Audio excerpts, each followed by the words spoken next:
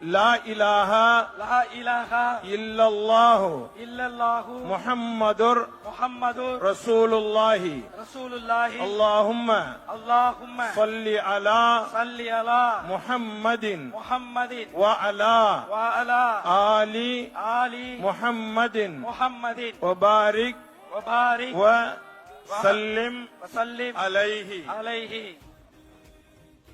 اللهم لك صمت وبك آمنت وعليك توكلت وعلى رزقك أفطرت فتقبل مني يا الله உனக்காகவே நோன்பு நோற்றோம்.